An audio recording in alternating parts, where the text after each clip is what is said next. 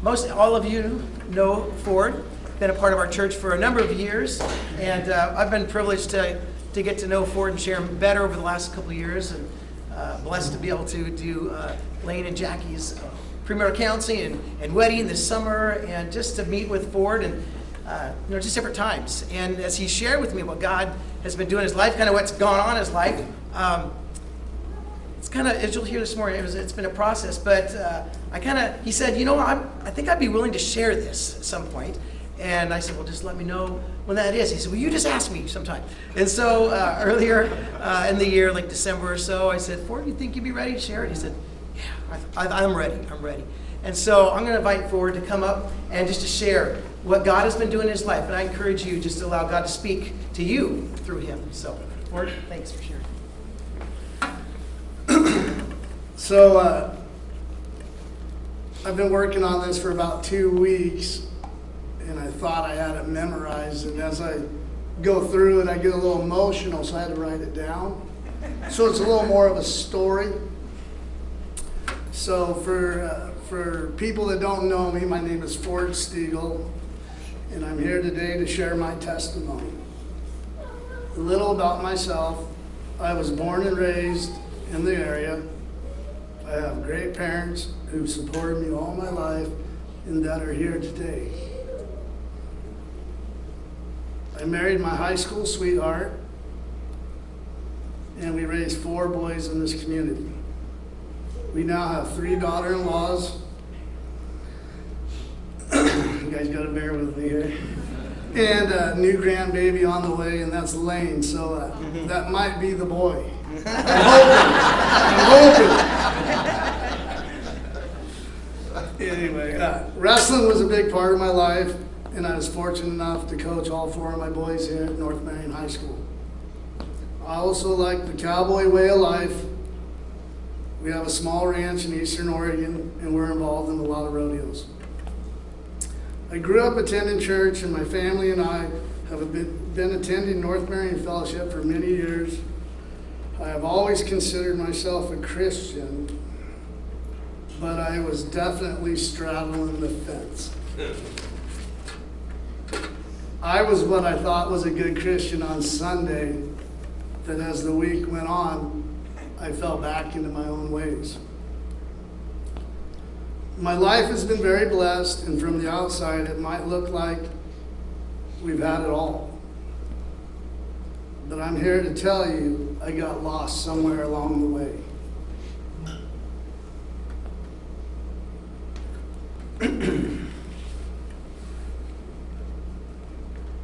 As a young adult, I had no interest in alcohol, and I always prided myself in not drinking like everybody else.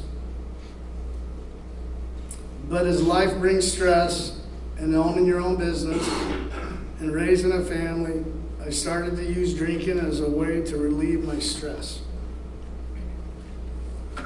Not helping me today.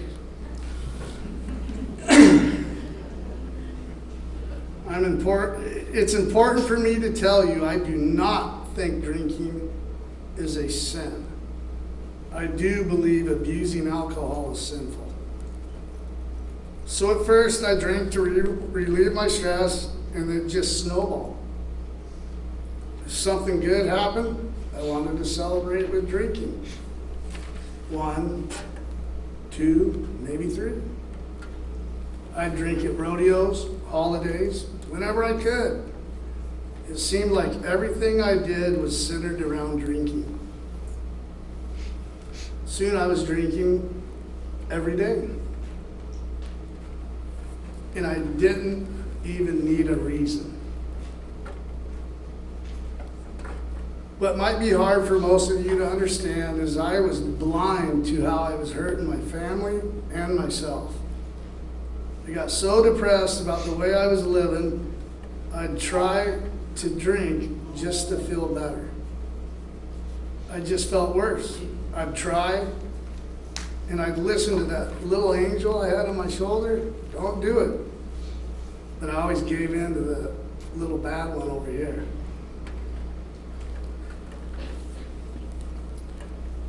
Or I would just convince myself, well, everybody else around me is drinking, And isn't that the cowboy way of life? And things just kept getting worse. I was ashamed of myself.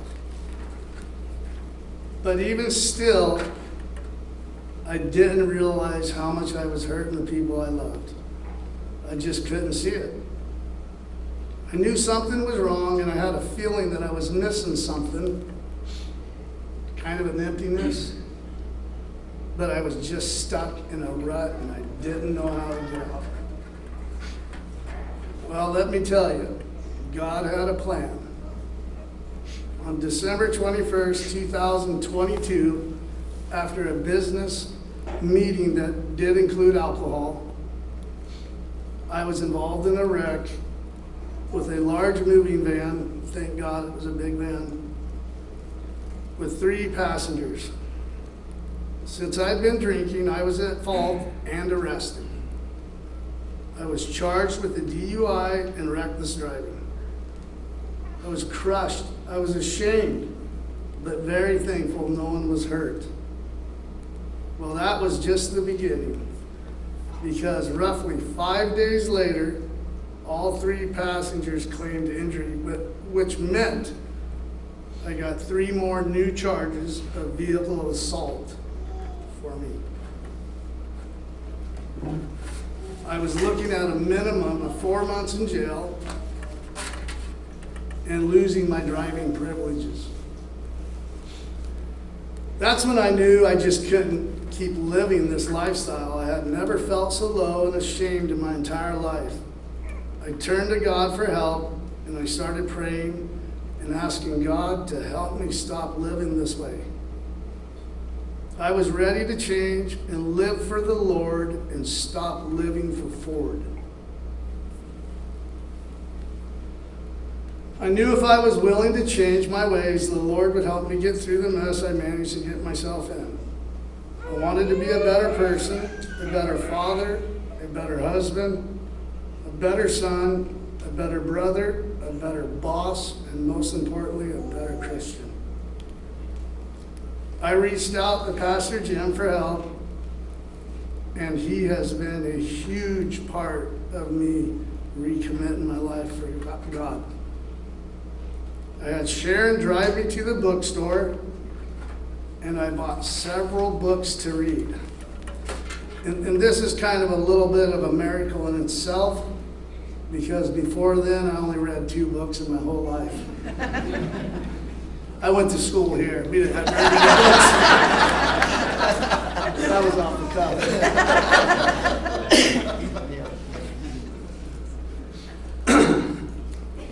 I started reading my daily, and I listened to hours of Billy Graham on YouTube.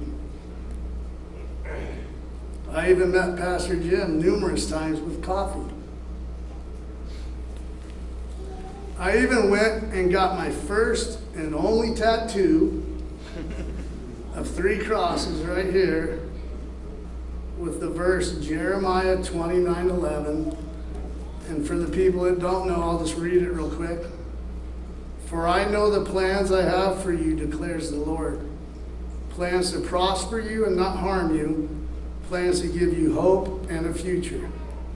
I did this so that every morning when I look in that mirror, I'm reminded of the commitment I've made. I went all in, and I'm here to tell you all, I am a changed man. God has taken many of my doubts and fears away, and I have a peace that I've never experienced before. The feeling is so amazing that I find myself praying for my friends and family, hoping they also experience this feeling. I pray that you guys all have that feeling too.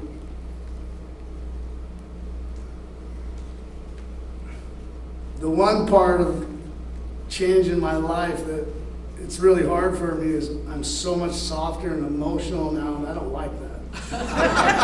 It's not the cowboy way. It's God's way, Jim said. But I'm trusting God since He's changing me. I know it's out of my control. I tried to think how I could explain the feeling I have, and this is the best I could come up with. When I was a young boy, I felt like my dad could fix anything or make anything better. I wasn't scared of anything when he was there because I trusted that he would take care of me. Well, I grew up, became an adult with my own family that brings responsibilities, sometimes that I just felt overwhelmed with.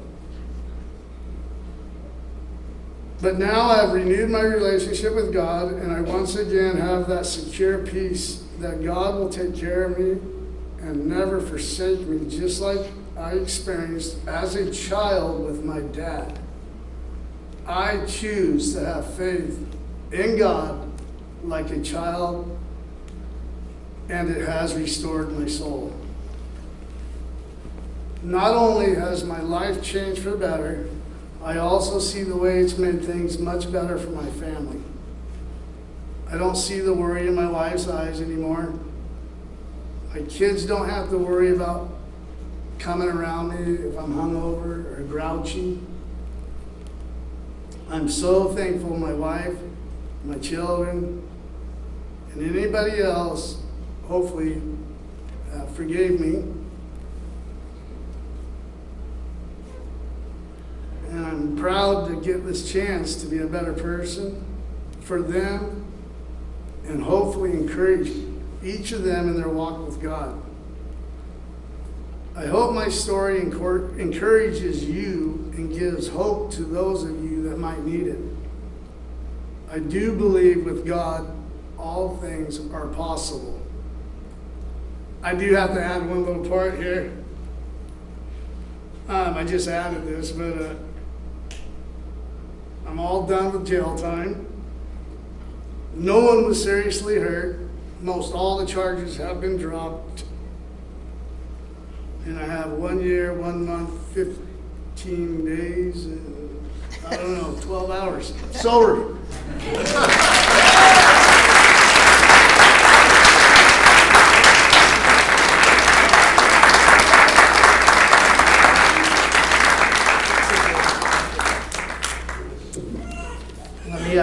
Let me pray for Ford and for each of us. Spirit, Father, thank you so much for the bravery, the boldness, the courage of Ford coming up here to share who he is, but also what you've made him into. And as he would be the first to admit, he's not perfect, he doesn't have it all together now, but he has you leading the way every day. Not just once a day, once a week, but every day. Lord, I just pray for your strength for him and for his family. And Lord, pray that you would use what he shared to penetrate each of our hearts. For some of us, it's not alcohol. That's not even an issue for some of us, but it's something else that's keeping us from you. Lord, help us to see and hear your voice, that you want us to give that over to you. Not necessarily have to give it up, but to give it over to you so that we put you first. So thank you for Ford's sharing this, and use it for your honor and glory. In Christ's name. All God's people say together.